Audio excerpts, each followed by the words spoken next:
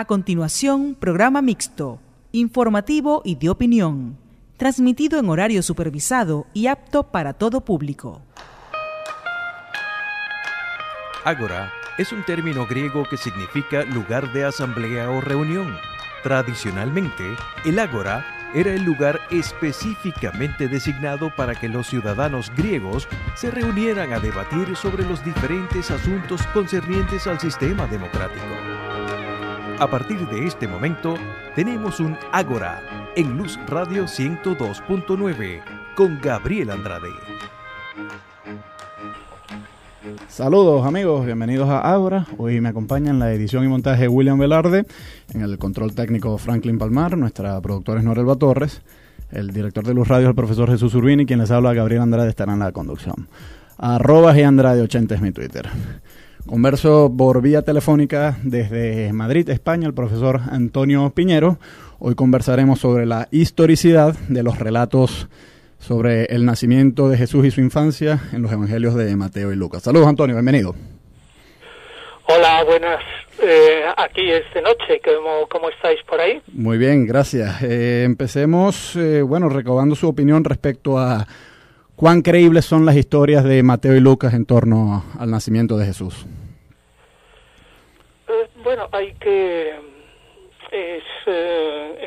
Es fácil dar un testimonio general comparándolo simplemente un evangelio con el otro, ver sus contradicciones, las omisiones, las inverosimilitudes, las imposibilidades históricas, algunos pequeños errores, para pensar que es muy difícil que un historiador profesional se comprometa en asegurar la historicidad de ninguno de los dos relatos, ni Mateo ni Lucas, ni el capítulo 1-2 de Mateo ni el capítulo 1-2 de Lucas.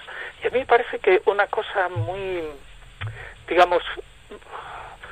testimonial respecto a esto es que la duda ha traspasado los ambientes que normalmente somos escépticos, dubitantes, etcétera, y pasa hasta los libros que normalmente denominamos confesionales. El gran libro de Raymond Brown sobre el nacimiento del Mesías tiene páginas tremendamente demoledoras contra la historicidad tanto de Lucas y Mateo, por ejemplo, el relato de los magos o la historicidad de la estrella de Belén, la matanza de los inocentes. Raymond Brown fue un sacerdote católico. Ahora, en el ala protestante sí ha habido apologetas que sí han afirmado un poco más la historicidad. Pero me gustaría conocer cuáles son algunas de las contradicciones que usted denuncia en estos relatos. Bien, lo primero que a mí me parece es que el relato de Mateo supone que tanto María como José viven en Belén y que tienen una casa allí y que realmente llega el momento y da de una manera virginal, ciertamente. Mientras que el relato de Lucas se supone que la familia está en Nazaret, se produce nada menos que un censo absolutamente universal del emperador Augusto, en el que se ordena censarse a todos los habitantes del imperio, se trasladan a Belén y entonces ocurre allí el nacimiento. Pero no es solamente eso lo más importante con serlo, sino que hay una serie de relatos en Lucas que no aparecen absolutamente en Mateo y otros relatos de Mateo que no aparecen en Lucas.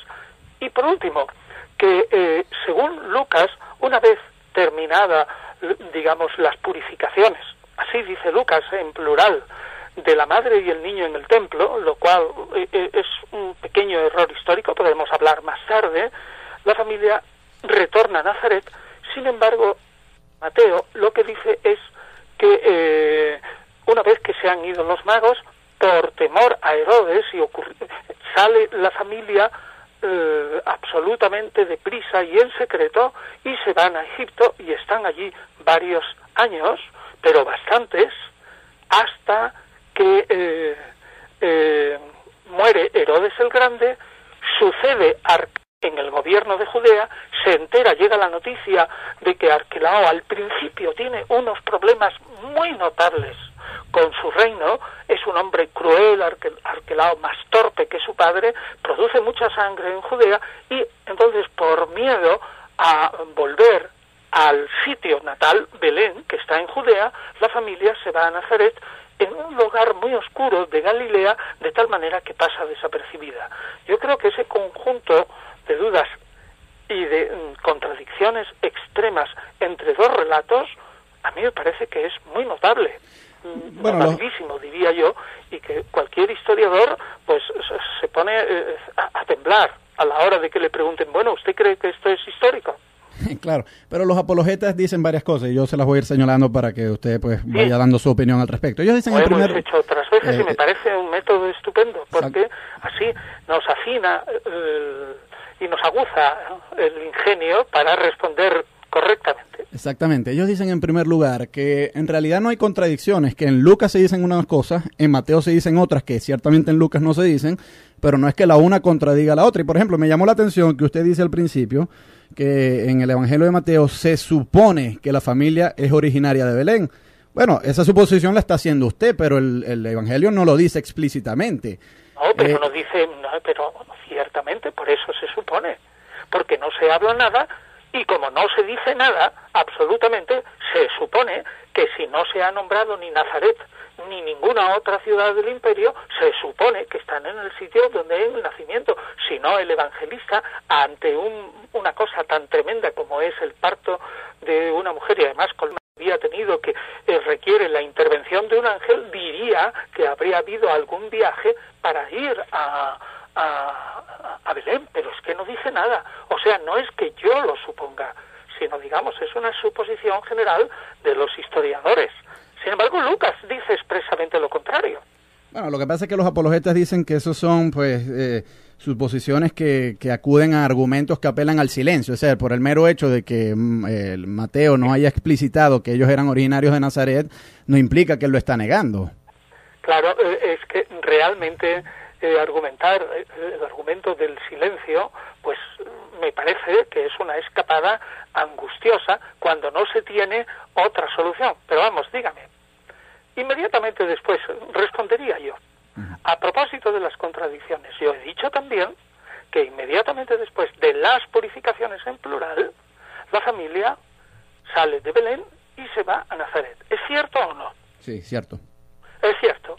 Y no es cierto que Mateo dice que de Belén se trasladan subrepticiamente con absoluto secreto a Egipto. Sí, también es cierto. Es cierto. ¿Es que acaso Nazaret y Egipto es lo mismo? No, pero el apologeta podrá decir que, siguiendo la narrativa de Lucas, fueron a Nazaret y estando en Nazaret se le aparece el ángel y le dice, bueno, Herodes va a matar a los niños, entonces vete a Egipto para que el niño esté seguro allá. O sea, se dan en Lucas, otros se dan en Mateo, pero eso no implica una frontal contradicción. Puede sonar extraño y un apologeta seguramente aceptará que es extraño, pero a lo mejor pues el modo de contar historias en aquella época es distinto al modo historiográfico que nosotros tenemos. Sí, pero vamos a ver, yo respondería, por ejemplo, con otro argumento. Si Lucas está contando, digamos, algo que pertenece a la realidad, vamos a empezar por Lucas, ¿por qué cuando hay el nacimiento de Jesús y el nacimiento de Juan Bautista, Lucas apela a nacimientos prodigiosos como es el de Sansón o el de Samuel? Es decir, ¿para qué necesita describir el nacimiento de un personaje tomando como referencias literarias el Antiguo Testamento? Normalmente se suele decir, vamos, y me parece que es lo normal, que un testigo ocular no utiliza referencias literarias, o un testigo que transmite lo que dicen testigos oculares, como es el caso de Lucas, y ya que él lo dice al principio del Evangelio, pues entonces no hay por qué recurrir a, digamos, retratos literarios para describir una cosa que los testigos oculares vieron. Bueno, el apologeta dirá aquí que yo me invento ese argumento. Bueno, pero el apologeta dirá aquí que recurre a esas referencias literarias porque en Jesús se cumplen las profecías mesiánicas y entonces es una reafirmación de su papel mesiánico. De todas maneras, vamos a ir a escuchar... Entonces estamos discutiendo a dos niveles donde el diálogo es imposible, porque hay unas reducciones ad absurdum que yo confieso haber estudiado bastante estos evangelios de la infancia y sin embargo pues no se me ocurre decir esas cosas ni tampoco los he leído en ningún libro serio. Bueno, vamos a ir, yo sí se lo he escuchado a algunos apologetas. Libros serios. Vamos a ir a escuchar un tema musical. Al regreso le doy oportunidad si usted quiere a seguir respondiendo estos alegatos. @Geandradio80 es mi Twitter.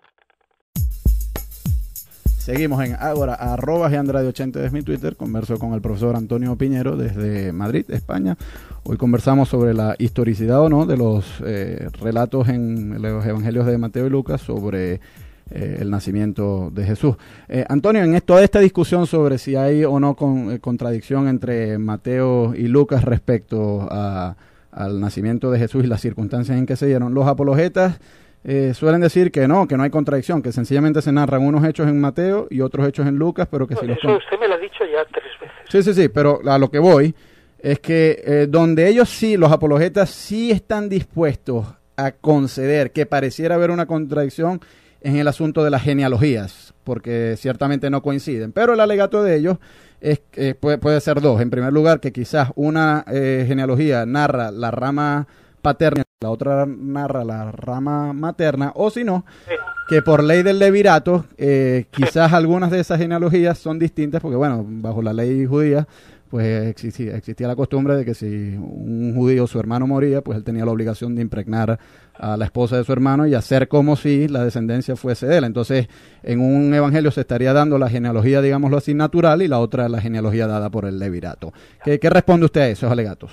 Pues lo que respondo es que de todas maneras una genealogía está compuesta por 14 más 14 más 14, aunque no es exactamente así, mientras que la otra tiene una serie de nombres, 7 u 8 nombres más que no aparecen en la otra, y que no hay manera, absolutamente no hay manera de conjugarlas. Yo es que no veo en absoluto la posibilidad de que usted pueda conjugarlas. Vamos a ver. ¿Usted puede decirme si es posible conjugar el que aparezcan en unos nombres y en otros? ¿Usted lo vería corriente? ¿Y vería corriente que se hiciera una genealogía de un personaje así, tan absolutamente detenido, tan espléndida, cuando prácticamente no tenemos en toda la historia de una genealogía tan tremendamente detenida como la tenemos en Jesús? Es decir, cualquiera, me parece a mí, reduciría el problema, uno, a que no coinciden de ninguna manera, dígase lo que se diga, y segundo, que el caso de unas genealogías tan absolutamente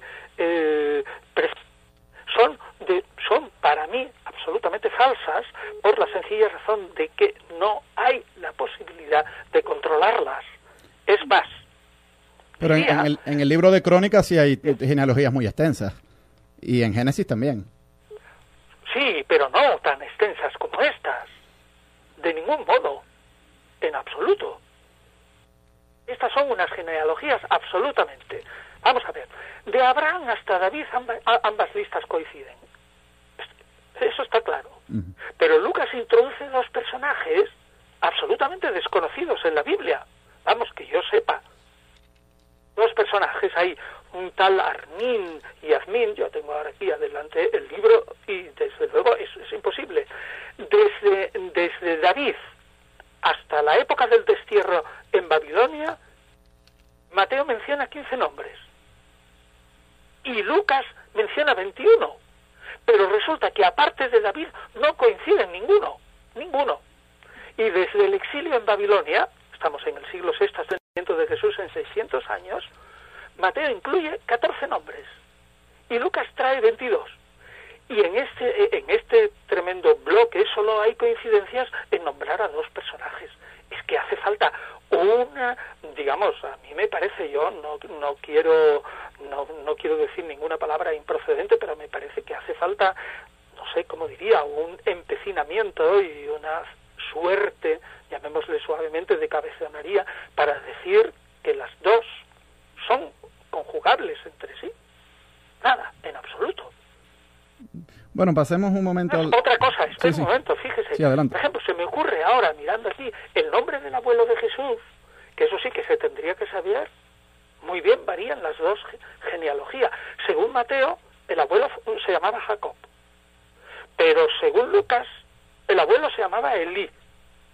Es decir, a mí me parece que es absolutamente claro que son dos tradiciones distintas y que no son armonizables. Aparte, pero el recurso... y pasamos a otra cosa. No, pero un momento. La genealogía de Mateo está puesta artificialmente de 3 grupos de 14 nombres. Pero un momento, porque el hecho de que en el Evangelio de Mateo el abuelo de Jesús se llame Jacob y en Lucas sea otro nombre, los apologetas tienen un recurso frente a ese argumento, que dicen, bueno, hay dos posibilidades. Puede ser... A uno es el abuelo materno y otro exactamente, el otro, sí. O si no, que por la ley del levirato, pues uno sea el abuelo, digamos, natural, biológico, y el otro sea más bien el abuelo en función del parentesco ficticio, que es el que viene dado por el levirato. Yo ya que he dado todo eso y que a mí me parece que realmente seguir discutiendo lo que yo considero casi evidente no merece la pena. Yo me negaría a seguir discutiendo este tema, porque me parece que los argumentos dados por la parte contraria están tomados por los pelos y no son absolutamente serios. Bueno. Sí, yo lo digo un poco ya para no tomármelo por la tremenda. Bueno, muy bien. Pasemos al Evangelio de Lucas, un asunto que ha habido mucha discusión entre pues historiadores seculares como usted y apologetas. Es la cuestión de la historicidad o no del censo de Cirino. Acláranos un poco eso. ¿Cuál es su postura en torno a ello? Bueno, pues yo lo primero que diría es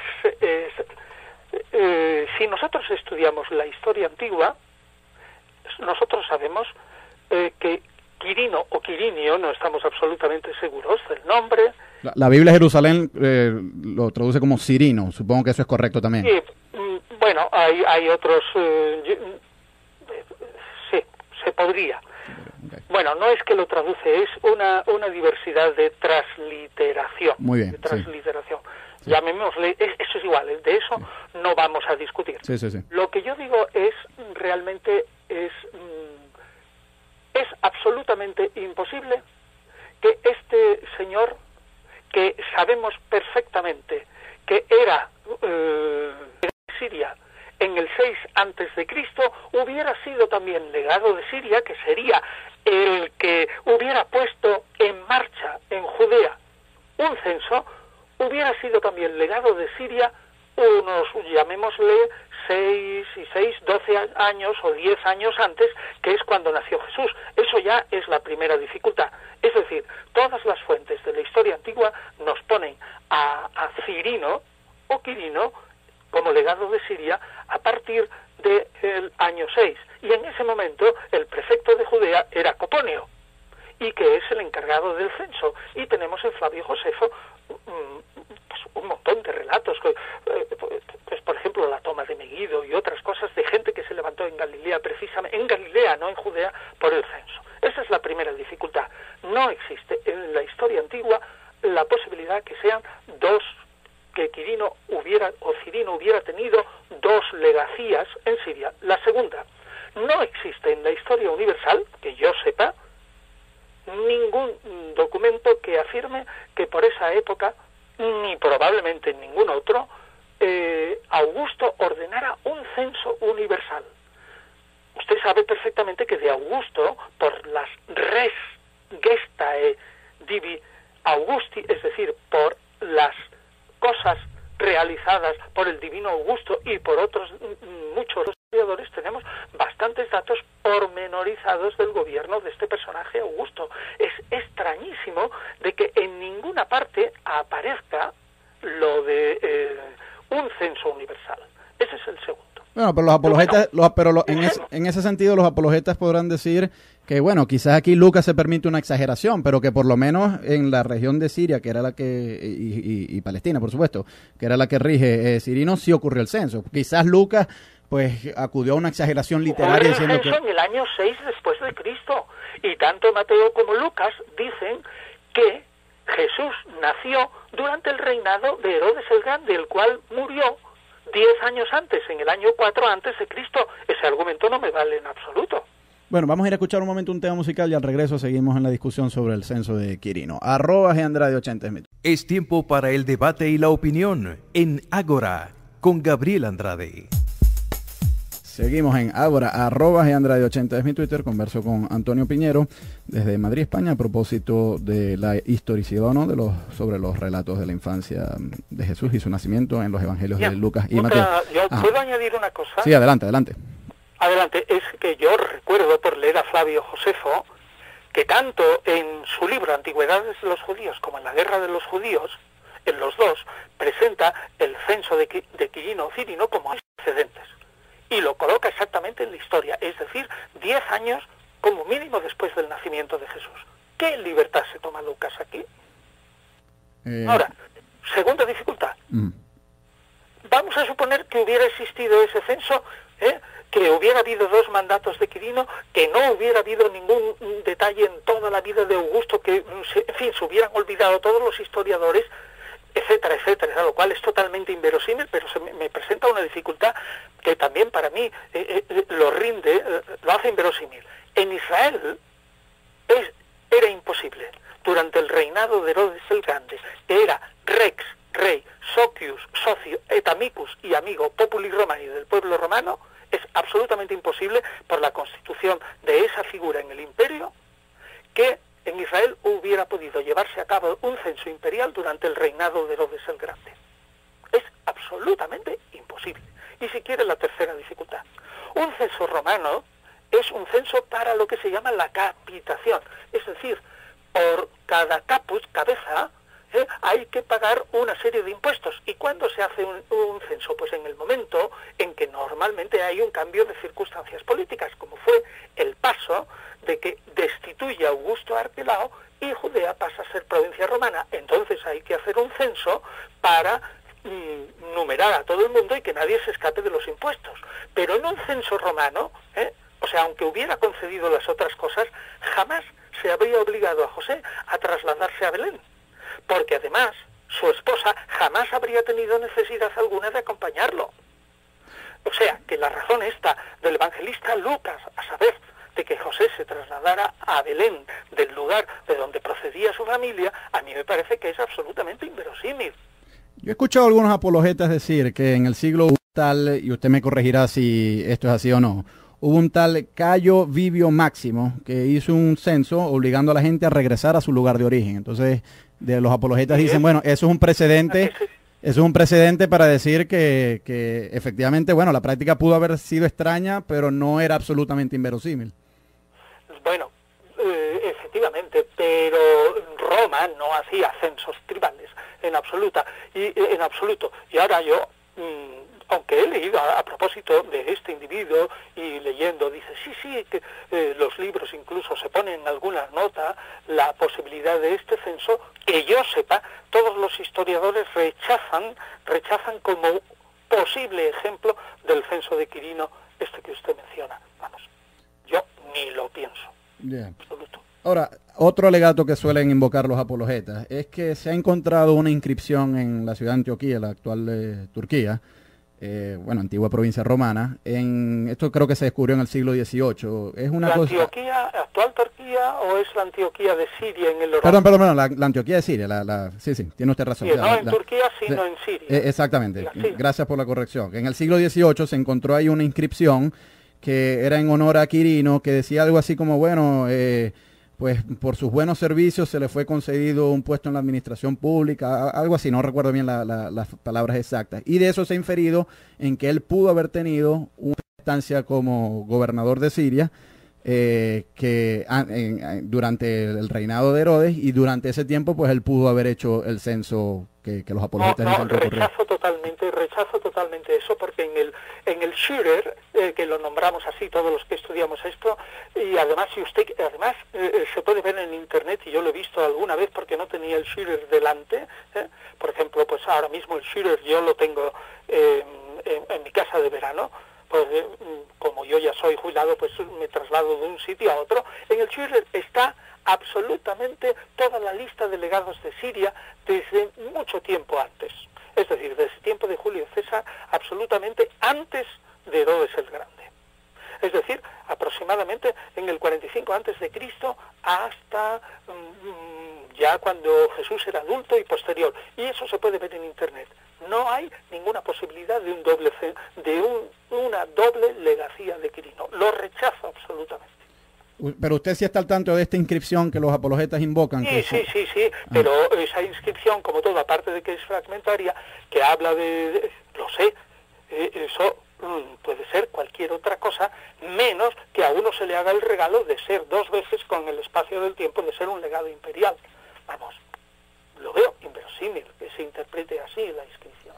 El apologeta F.E. Bruce, que creo que era un protestante, él decía que si leemos el segundo capítulo de Lucas, él dice, bueno, se podría hacer una traducción, y le pregunto a usted porque yo no hablo griego, usted sí, usted es el especialista, pero él decía que si hacemos una traducción alternativa que en su opinión podría haber sido aceptable, Lucas habría dicho que el censo ocurrió antes de que Cirino llegase. Es decir, porque ciertamente aquí yo tengo en la traducción de la Biblia de Jerusalén, dice, por aquellos días salió un edicto de César Augusto ordenando que se empadronase todo el mundo. Este primer empadronamiento tuvo lugar siendo gobernador de Siria Cirino. Pero F. Bruce, que es un apologeta de larga trayectoria, sobre todo en el mundo protestante, sí, él decía que una traducción alternativa podría haber sido, este primer empadronamiento tuvo lugar antes de que Cirino fuera gobernador de Siria.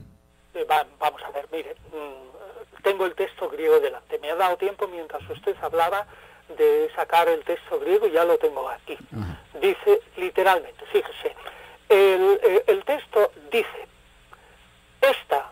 este censo es femenino, apógrafe, prote, fue el primero que ocurrió siendo gran jefe de Siria Quirino, que yo lo trasladaría, o sea que no, bien, se puede poner como Cirino y tal. Bien, pues entonces, vamos a ver, todo el mundo que haya estudiado el griego helenístico, sabe que prote no significa el primero de dos, sino el primero de una manera general. ¿Por qué? Porque el griego de la época había perdido todas las distinciones del griego clásico. Pero lo que hace Bruce es traducir el texto de Lucas como si estuviera escrito en el siglo IV antes de Cristo. No, señor, el texto de Lucas se escribe 500 años más tarde, cuando y además toda la lengua de Lucas es totalmente helenística. La palabra prote, de ahí viene el castellano, proto, por ejemplo, protocatolicismo, o cualquier cosa que empiece por proto viene de ahí, ha perdido absolutamente todas las diferencias. Ahora bien, claro, si nos sacamos de la manga que Lucas es un autor helenístico, pero cuando me conviene a mí digo que está escribiendo en estricto griego clásico, mire, yo me borro de semejante argumentación, porque me parece que es argumentación ad hoc, es decir, sacada para resolver una dificultad simplemente que se me presenta aquí. Bueno, otro argumento... La traducción de la Biblia de Jerusalén, absolutamente correcta. Otro argumento que yo creo que es ad hoc, pero le he escuchado a muchos apologetas y se lo invoco, que ya yo creo que es el último al cual ellos recurren para esta cuestión de la historicidad del censo de Cirino, que hay que privilegiar a Josefo por encima de Lucas. ¿Por qué no puede ser Lucas el que haya tenido razón y Josefo se equivocó en la fecha? Bueno, pues porque Josefo coincide con otros historiadores, pues porque yo no he dado una sola razón, he dado 3 o 4 razones, 4 me parece que han sido por las cuales todo el conjunto, ese censo me parece en sí imposible. Entonces, cuando uno tiene el texto de Josefo, que además, si fuera un texto solo, yo admitiría que es una posible equivocación, pero dije antes que aparece tanto en el libro 17 de las Antigüedades como en el libro 7 de la Guerra de los Judíos. Y además que lo presenta como algo nuevo y sin precedentes, y que es una cosa relativamente larga. Es más, si yo no recuerdo mal, porque como yo estudié bastante a Herodes para hacer una novela, pues resulta que esa mención de Flavio Josefo, en realidad son 3, porque se vuelve a repetir en el libro siguiente de las Antigüedades, en el libro 18. Se va a equivocar 3 veces.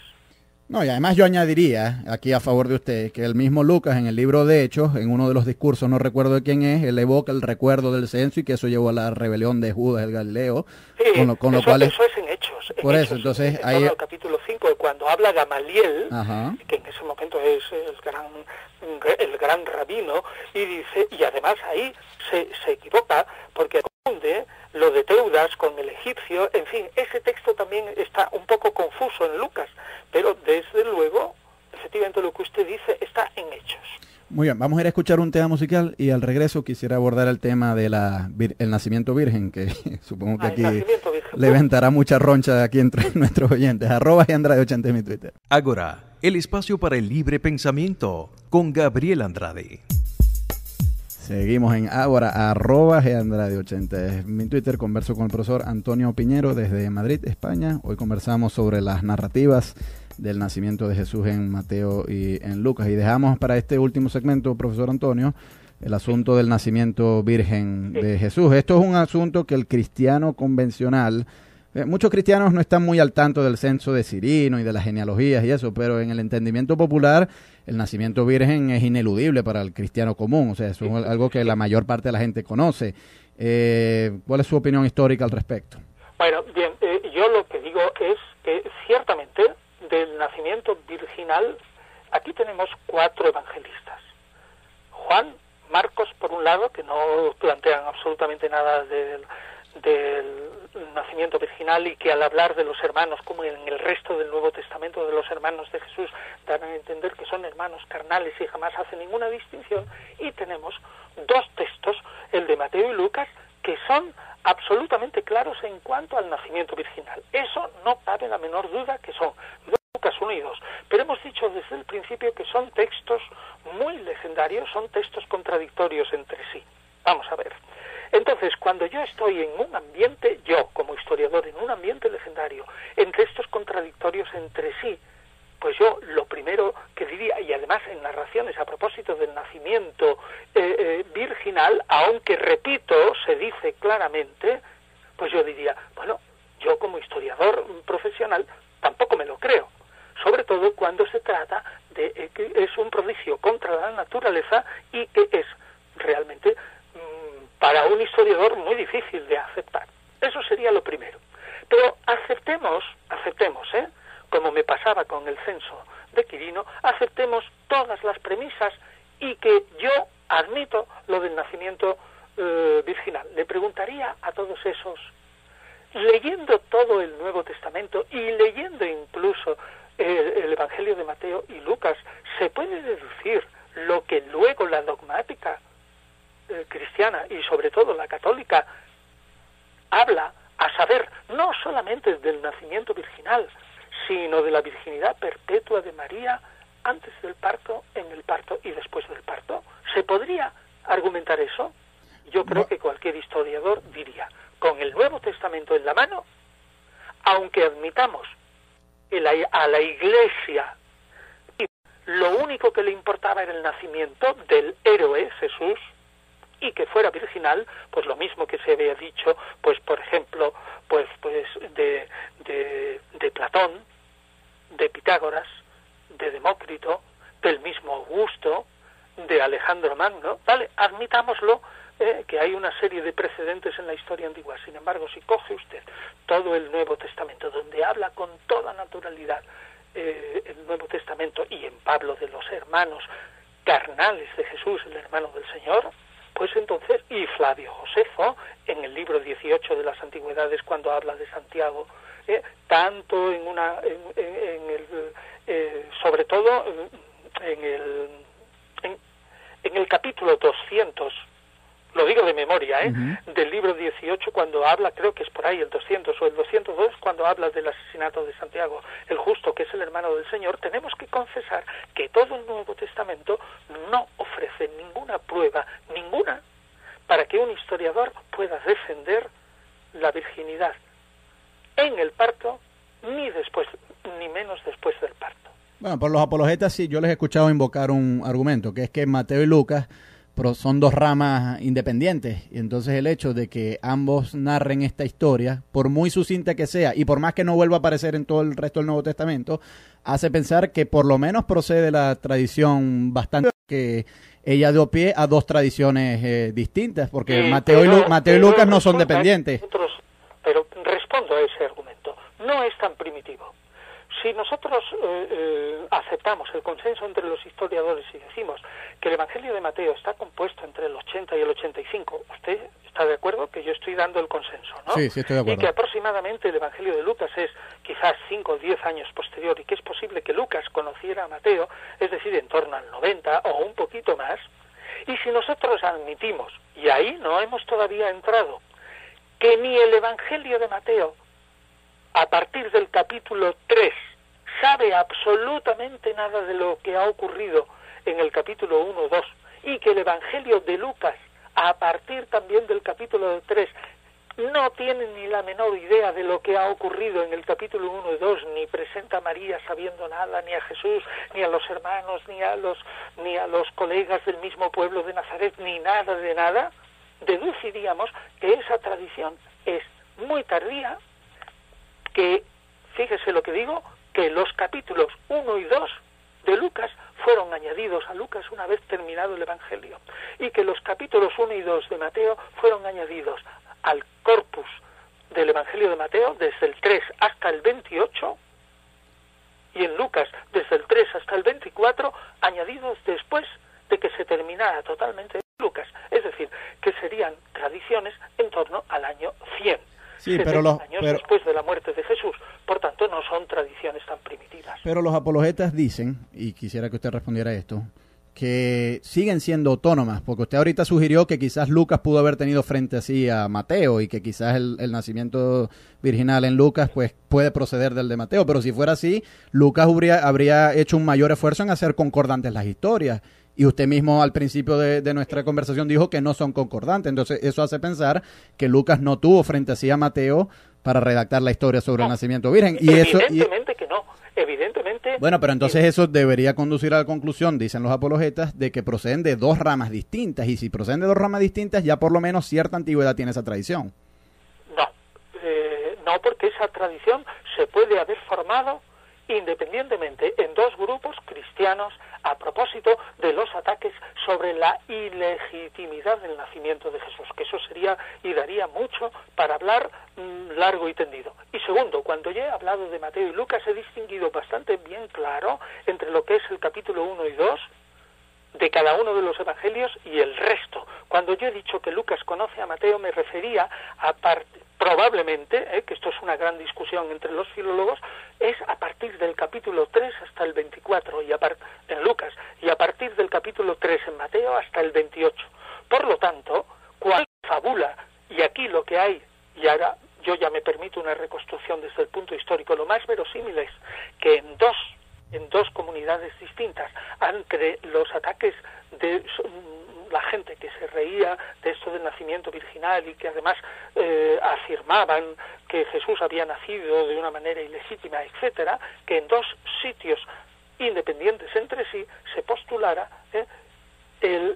digamos lo que luego sería el dogma del nacimiento virginal de Jesús, pero de una manera tan legendaria que, como pasa con las leyendas, que aunque tengan un tema parecido, sin embargo son muy divergentes entre sí. Como estamos en el ámbito legendario, porque todo Mateo y todo Lucas habla de ángeles, de prodigios, de estrellas, sobre todo Mateo, estrellas que avanzan, que se paran, que luego caminan hacia el sur y hacia Belén. Estamos en un ámbito legendario. ¿Cómo nos atrevemos, como historiadores profesionales, a hablar de tradiciones primitivas e independientes? Yo diría que lo más justo sería hablar de leyendas no primitivas y probablemente, sí, quizás independientes, pero me da igual. Las leyendas que sean independientes me da lo mismo. Tengo 20 o 30 argumentos para no creerme absolutamente nada, y eso se lo digo como historiador, absolutamente nada de Mateo 1 y 2. Pero los apologetas dicen que resultaría muy extraño o improbable que tanto Mateo como Lucas hayan llegado a la misma resolución frente a la cuestión de la posible ilegitimidad de Jesús. O sea, se puede aceptar que, de acuerdo, un evangelista inventó lo de la virginidad para tapar ese motivo de vergüenza que seguramente había entre los cristianos, pero que dos lo hicieran autónomamente, ya eso suena un poco más improbable. O sea, que ambos coincidieran por vías separadas en una misma solución al problema de la ilegitimidad. Respondo. Vamos a ver, las apariciones es el mismo caso. Que coincidan un montón de gente en los relatos legendarios de las apariciones, que por cierto, cuando se pasan por escrito en los evangelistas tampoco coinciden entre sí. Eso quiere decir que una leyenda con el mismo tema puede haber aparecido en sitios muy distintos. Unos historiadores dicen que todas las leyendas proceden de Galilea, otros dicen no, que proceden de Jerusalén, y otros dicen, bueno, pues nada, no podemos ni siquiera resolverlo porque se trata de leyendas de apariciones. Es decir, si se puede dar con la resurrección, que hay tradiciones tan diversísimas a propósito de ese hecho que no afecta, es decir, que sobre el que el historiador no puede pronunciarse, también puede darse en la solución ante un mismo problema. ¿Por qué? Pues porque la manera de exaltar, y aquí viene el argumento también, la manera de exaltar a un individuo en la antigüedad era muchas veces decir que el nacimiento había sido de origen divino. O sea, es una solución común. Pueden acertar los dos en el mismo blanco porque era lo que se decía corrientemente. Antes di una lista de Demócrito, añado a Demócrito, a Pitágoras, Platón, Alejandro Magno, Julio César incluso, pero sobre todo Augusto, su madre, que decía que había sido impregnada, es decir, fecundada por Zeus.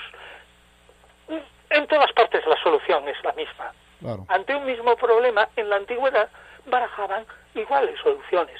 Sí. ¿Y cuál era la solución? Decir que había habido un nacimiento prodigioso. ¿Y cómo es un nacimiento prodigioso? Pues diciendo que el nacimiento es virginal. Es decir, que el argumento de los apologetas de que coinciden en la misma solución me parece una trivialidad porque era la común en la antigüedad en esos momentos. O sea, para mí el argumento es cero. Claro. Bueno, yo añado también a Perseo, que fue impregnado su madre con una lluvia de oro por Zeus. Profesor Antonio Piñero, muy agradecido por haber recibido esta llamada y esperamos seguir conversando sobre temas afines al Nuevo Testamento en una futura ocasión. Vale, entonces usted me envía el link. Bueno, gracias a William Velarde, que estuvo en la edición y montaje, Franklin Palmar en el control técnico, Norelba Torres en la producción, Jesús Urbina es el director de Luz Radio y quien les habla, Gabriel Andrade, estuvo en la conducción. @GAndrade80 es mi Twitter. Que estén muy bien.